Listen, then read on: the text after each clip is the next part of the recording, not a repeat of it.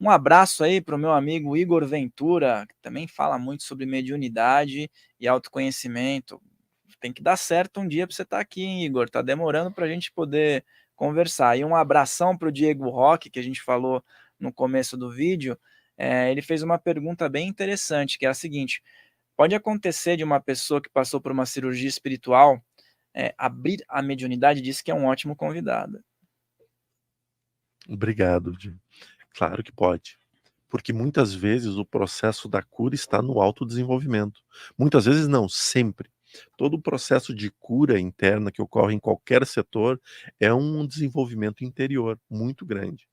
É um convite a nós olharmos melhor para nós mesmos. Veja, por que, que a necessidade de tantas religiões aqui, hoje, no nosso planeta? Exatamente pela necessidade de conhecimento de cada pessoa. Toda fé precisa ser muito bem respeitada. E os despertares ocorrem exatamente nos pontos de necessidade das pessoas. Então, por exemplo, às vezes tu tá ali na frente do. Eu falo isso com maior convicção, porque eu sei que é assim. Não tenho a menor sombra de dúvidas em relação a isso. Tu passa ali na frente de um pastor, o pastor bota a mão na tua cabeça.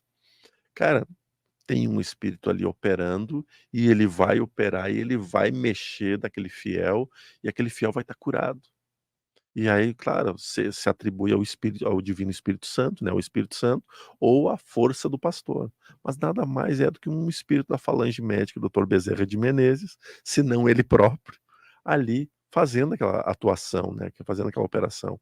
Idem nas demais crenças. Então, no instante que ocorre aquilo, ocorre uma transformação interna.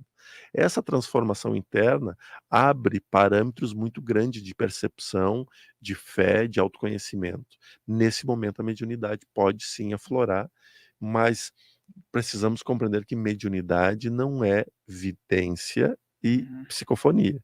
Isso são só duas vertentes pequeniníssimas da mediunidade. É, tem várias ramificações. Até você mencionou um pastor, né? Teve um caso de um pastor que era muito bom, inclusive as pessoas gostavam muito dele, e só que tinha aquele preconceito com a energia da esquerda, né? Como Uhum. muitos têm, Normal, normal. normal, tranquilo. Mas era uma pessoa muito boa, ajudava muita gente. E aí uma vez um clarividente, né, falou que viu que quem amparava aquele Olha, pastor era um Exu. E aí eu falei: "Imagina que engraçado, né, se ele tivesse essa possibilidade, de repente, ter uma projeção astral e o cara se apresentasse como Exu, né". Ia quebrar todo o preconceito, porque ele estava ajudando muita gente de uma forma geral, mas talvez não fosse clarividente e não soubesse que o é, amparador dele era um é. Exu, né. E aí essa é a parte bonita da espiritualidade, né? Independente de ser um Exu, vamos usar esse exemplo porque era um Exu, mas Uhum. independente do espírito que for, poderia ser um caboclo, poderia ser um boiadeiro, É, né? Que geraria um espanto muito grande, podia ser um marinheiro que parece que está sempre bêbado, mas é nada mais que é. a maré, né? E, ou poderia ser um mentor. No instante que o espírito está ali, ele não faz questão nenhuma de ser reconhecido. A função dele é só uma: amparar e ajudar. Agora, veja os medos.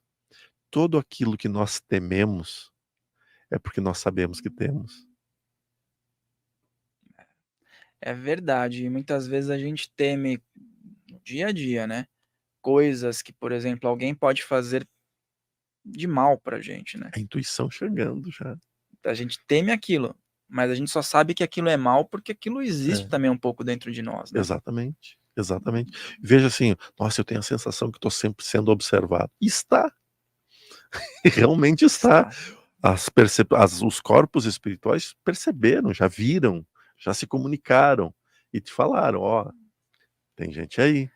E É, não quer dizer que é ruim ou nada, mas a pessoa simplesmente tem medo porque sente que tem alguma coisa. E realmente tem.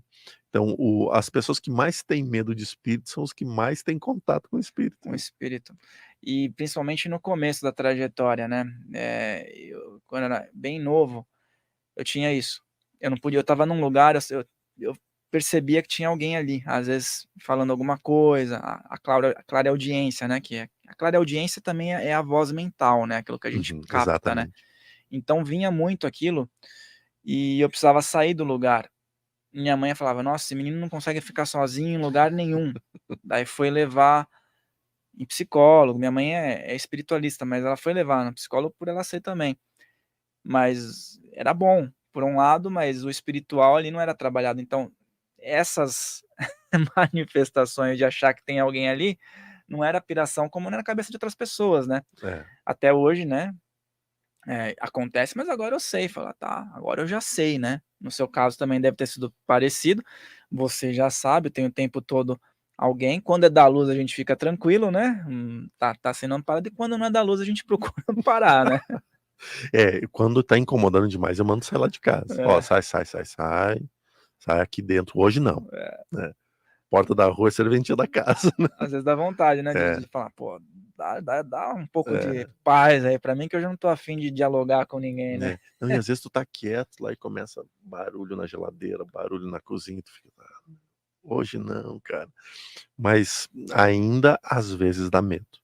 Às vezes dá, né? Porque às vezes, principalmente quando eu acho que dá um certo desconforto, principalmente quando você tá no estado de vigília, quando Uhum. você tá para dormir e acontece algo que você É, acopla de novo é, meio atordoado, aí é, dá aquelas é. reações físicas, né? O meu conhecimento com a esquerda é muito recente. Muito, muito recente mesmo.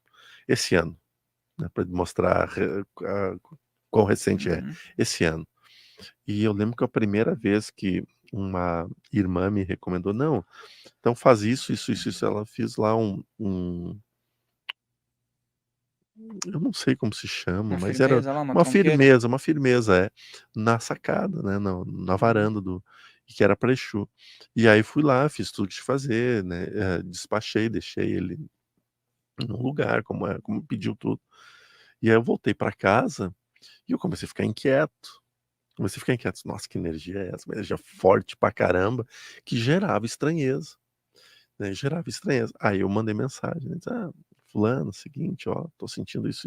Ela disse, Jordelê, tu chamou Exu, né? Ele tá aí, a energia é forte. Se tu não tá querendo lidar com ela, não chama. E eu disse, É, tá. a guerra estava acontecendo ali também, É, né? é. Então aí que tem aquela parte seguinte, nem tudo que gera estranheza em nós é ruim. O que gera estranheza é o não conhecimento daquilo que está perto de nós. Porque se tu olha a imagem de um Exu, não é muito bonita assim de se ver. Por exemplo, aquelas imagens bonitas de TikTok, de Instagram, assim, nossa, tu fica vendo, né? Exu, um cara bonitão, Uhum. forte, né? Pombagira, linda, Sem sensual, camisa e tal, né? cheio de música. Não é essa a realidade ali do outro lado, não é. Então tu vê ao vivo, tu pode ter um pouquinho de receio, de medo. Mas aí entra uma coisa que Jesus, né? Eu sempre vou falar só dele. A verdade virá e vos libertará. Então, quando a gente começa a buscar conhecimento, o conhecimento, o estudo aprofundado daquilo, a gente começa a ver, opa, isso é só preconceito mesmo. Agora, da ordem espiritual, que são as pessoas que assistem o canal, não tem como contabilizar, É. né? Porque é mais de 1000 views, né, por live. E as pessoas continuam depois assistindo, mesmo gravado, ela vai É, sintonizar com e tudo, né? sintoniza, e sintoniza. E isso que você falou, eu acho que é muito importante, porque às vezes a pessoa, ela tem casos, né, de pessoas que chegam praticamente a estarem desenganadas, como você já mencionou algumas vezes, e aí você chega até a pessoa e a espiritualidade diz: ok, ela vai ser curada. Hum, E existem casos que chegou a hora. chegou a hora. Não dá para mensurar isso, né? Não dá. É sempre um insight que você, como médium, saca, aqui dá para fazer. Eles disseram que dá. É. Não, e tem vezes que eles dizem, vai ficar tudo bem. E o ficar tudo bem é o desencarne. Pois é. E aí, por exemplo, eu tomo um cuidado muito grande de não passar informação. Muito, muito grande. A não ser quando aí eu estou acoplado e aí eu não tenho controle do que eu falo, né? Uhum. Quando há o acoplamento, não tem controle. Por exemplo, o seu capa preta, quando ele vem, ele fala uns negócios que depois eu fico pensando, não, cara, eu não falei isso. Não. E aí as pessoas começam a me contar, não, Jodley, foi assim, assim, assim. Então, por exemplo, nós temos um dia no grupo, no Portal Paz, que é só para os trabalhadores. Na terça-feira, 11 horas da noite. Termina todo o trabalho, aí a gente vai lá, é o momento de conversar com o seu capa. Eles têm que gravar, porque senão eu não acredito nas coisas que saem ali.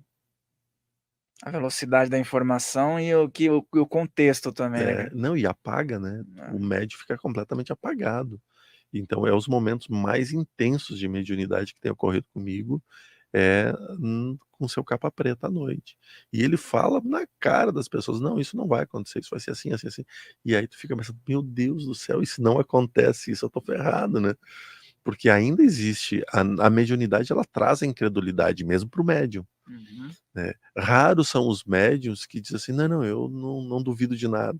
Raros são. Eu até hoje não encontrei nenhum. Porque tu vê o próprio Divaldo, ele vai sempre não, vai com calma, né. É. E ver o Chico, os causos, os relatos do Chico, às vezes que ele tinha medo dos espíritos que chegavam na frente dele, mesmo portador de uma mediunidade tão grande como eu acho que é uma das maiores que já passou por aqui, fora Jesus, né. E então tem sido um aprendizado grande isso, cara, grande. O Chico tinha um trólebus ali, né, para poder amparar ele na missão, mesmo assim tinha, né. Nós estamos encarnados e É. é complicado. Lembre-se de deixar o seu like aqui nesse vídeo, de se inscrever nesse canal, e se você gostou desse corte, o episódio completo está aqui na descrição. Ah, e também se inscreve lá no nosso canal oficial, Filhos do Todo, para você acompanhar as outras entrevistas. Farrell Molina falando, um grande abraço.